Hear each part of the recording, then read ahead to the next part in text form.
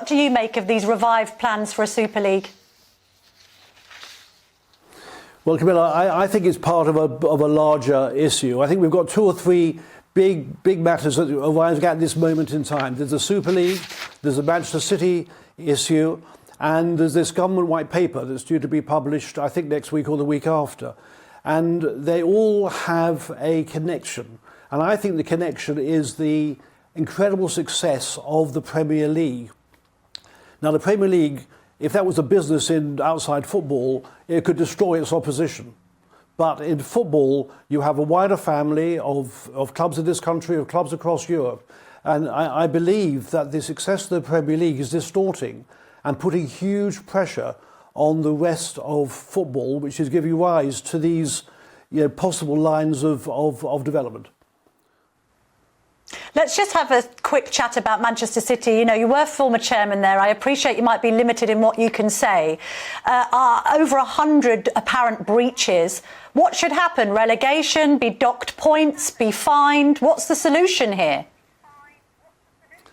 You can't expect me to comment on the accusations. I mean, I don't know what the outcome will be, and it's absolutely wrong to prejudge it. But I think what I can say is that the underlying reason, I believe, for the problem, if there is a problem, is financial fair play, and the fact that clubs that come into a lot of wealth, such as Manchester City did and Newcastle United are now doing, because of financial fair play, find it very difficult to challenge the establishment very, very quickly. They're constrained by the regulations. And I would like to see, for clubs that are properly financed with sizable backing, and Newcastle now is a very good example, I would like to see a different type of financial control, but not the present financial fair play, because I think it's anti-competitive and makes it very difficult for aspiring clubs to challenge the establishment. I know you've been working with a number of figures in football, including the likes of Gary Neville, on this white paper, but also this suggestion that we should have a football regulator. How would that work, David? Well, our thesis, we've been working on this for a number of years, and I think we sort of started this process, which has led to, hopefully, to this white paper coming out. We believe that football basically lacks sufficient independence in its regulation and is governed but too much by self-interest. And also that the success of the Premier League has produced a whole range of problems. So there's a range of issues which we would like to see an independent regulator address. There is redistribution of income, a proper licensing system, protection of fans, proper fit and proper person test for ownership, and so on. There's a range of really important issues because there's a tremendous stress now amongst smaller clubs, or so not necessarily smaller, but clubs in the lower divisions.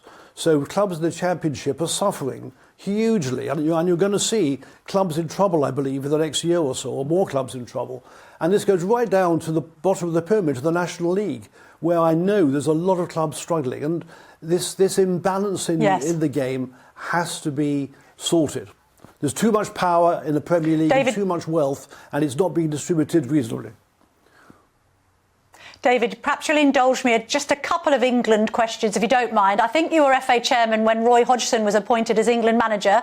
Do you regret that now? I was. No, I do not regret it. I mean, Roy is an excellent manager and a great person. He had a difficult finish, a difficult ending to his period, but no, I do not regret it. I think it was a good appointment, although it didn't finish as well as I would have liked.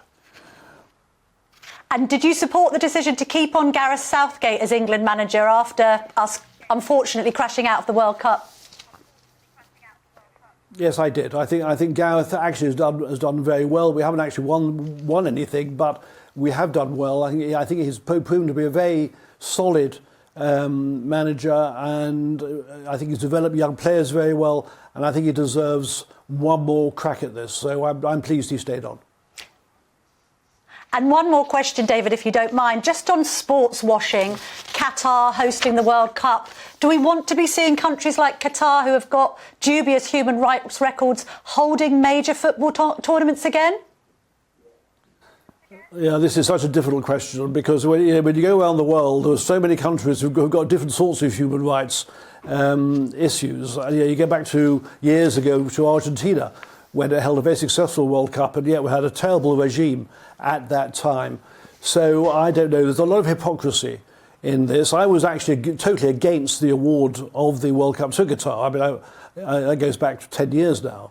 Totally against it, but I don't know. It's a very difficult problem, and I think you've got to take it on a sort of individual basis. But there are many countries who meet all the tests that we would like. I know, but then at the same time, I feel that. Have you got this impression that the game is getting further and further away from the fans and what the fans want, David? I think, Camilla, the top end of the game, that's possibly true. I think the huge amount of wealth coming in now to the top part of the Premier League does perhaps lead to that. But I think the rest of the game, there's much more to football than the Premier League. The Football League is a wonderful organisation, and you see great football, a very exciting football, and all the way down, I'm a great supporter of the National League, where you can see very exciting football. Maybe it's not the quality of the Premier League, but nevertheless it's great to follow. So I think at the very top end, yes. Elsewhere, not so much.